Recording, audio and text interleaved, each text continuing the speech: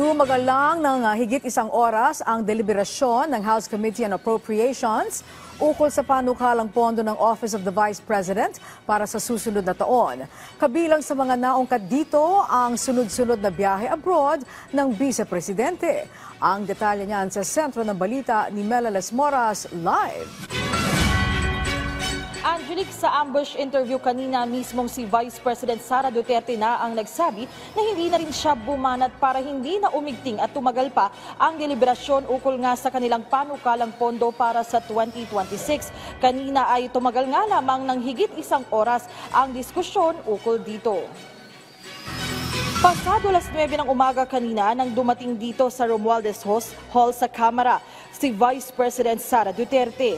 Yan ay para depensahan nga ang 902.895 million pesos na panukalang pondo ng Office of the Vice President para sa 2026.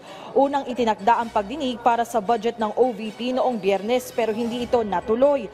Paglilinaw ni House Appropriations Committee Vice Chair Jose Alvarez na siya ring budget sponsor ng OVP, mali ang pagtawag ng no-show ang mga opisyal ng ahensya sa naunang schedule dahil siya mismo ang nag-request na i-defer muna ito at ilipad ng schedule ngayong Martes. Sa interpelasyon, una nang tinanong ni ACT Teachers Party List Representative Antonio Tino ang dahilan ng mababang obligation and disbursement rate ng OVP sa kanilang 2025 national budget.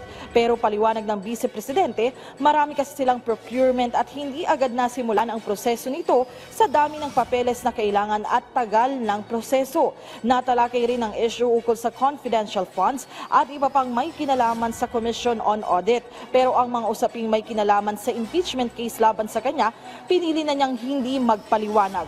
Ukol naman sa kanyang sunod-sunod na pagbiyahe abroad, nanindigan ang Vice Presidente na sarili niyang gastos ang kanyang sarili at ang tanging nagmumula sa kanilang pondo sa OVP ay ang travel expenses ng kanyang mga staff at security. Angelique, matapos ang hearing ay nagpaunlak nga ng panayam sa media ang Vice Presidente at isa sa naitanong sa kanya ay ang kalagayan at kalusugan ng kanyang ama na si dating Pangulong Rodrigo Duterte at sabi niya Vice President Sara Duterte, maayos naman o okay naman ang lagay ng kanyang ama na nasa The Hague, Netherlands pa rin ngayon. Angelique? Okay, maraming salamat Mela Les Moras.